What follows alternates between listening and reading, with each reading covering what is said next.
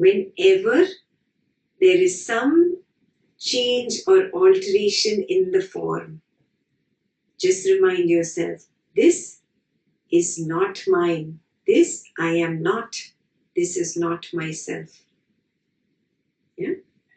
Or be very clear right now, never to fall into this identification with anything. Yeah? Not even form, that it is mine or this I am or it is myself. The day you wake up to this and drop that false identification, then there will not be any sorrow, lamentation, pain, displeasure, or despair. He does not regard feeling thus, this is mine, this I am, this is myself. That feeling of his changes and alters.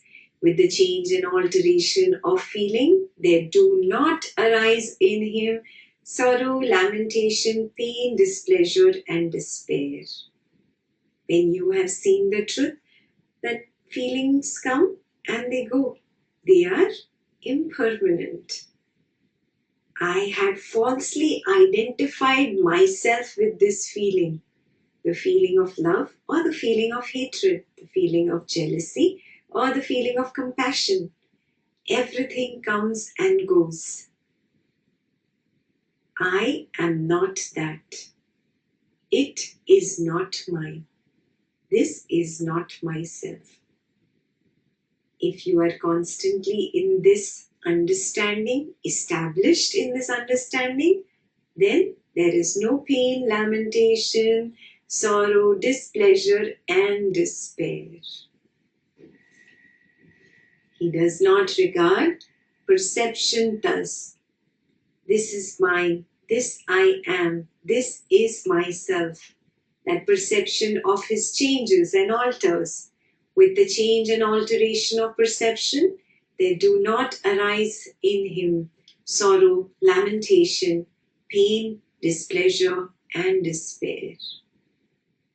Whenever the perception changes, perception of how he is or she is, or how I am,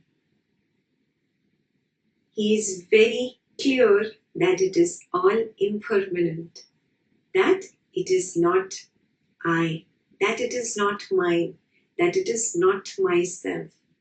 So obviously the change does not cause displeasure or sorrow or pain or lamentation or despair in him anymore.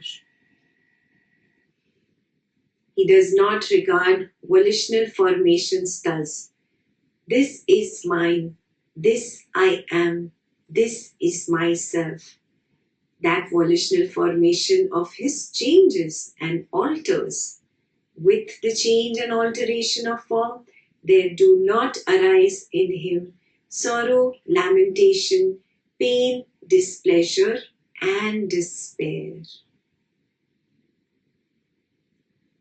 Today, you are an active person. Tomorrow, you will be not so active.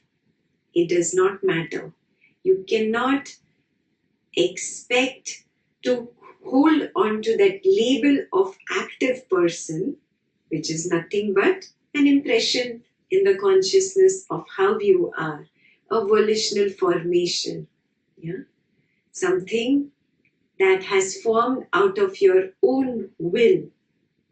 Will keeps changing.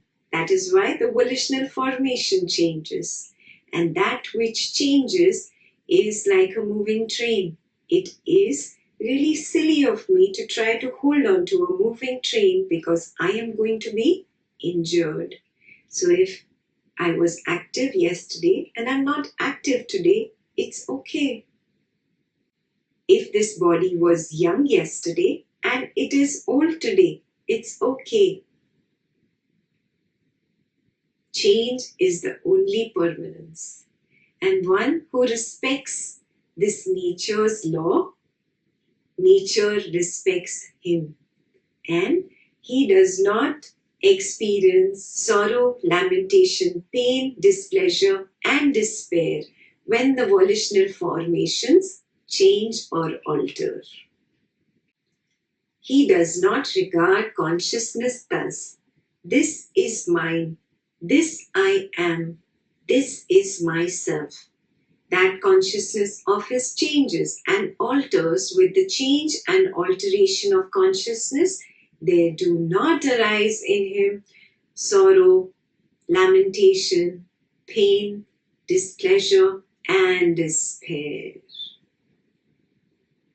Consciousness is bound to change. Sometimes you will cognize something, and sometimes you will not cognize something, and that is fine.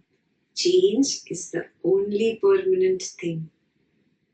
If you recognize and understand this law, you will always be able to find that happy place and stay established in that happy place. If you do not respect this law of nature, that everything changes, then there will be pain, lamentation, sorrow, displeasure, and despair whenever there's a change in a little bit of your cognition, either through the eye, through the ear, through the nose, tongue, mind, or body. Again, I repeat, do not believe me. Do not believe the Buddha. You yourself experiment. You check it out for yourself. When you respect nature's law about non-identification with a particular thing, for example, this body, and when it changes, you check, I have not identified with this body. Am I experiencing any agitation?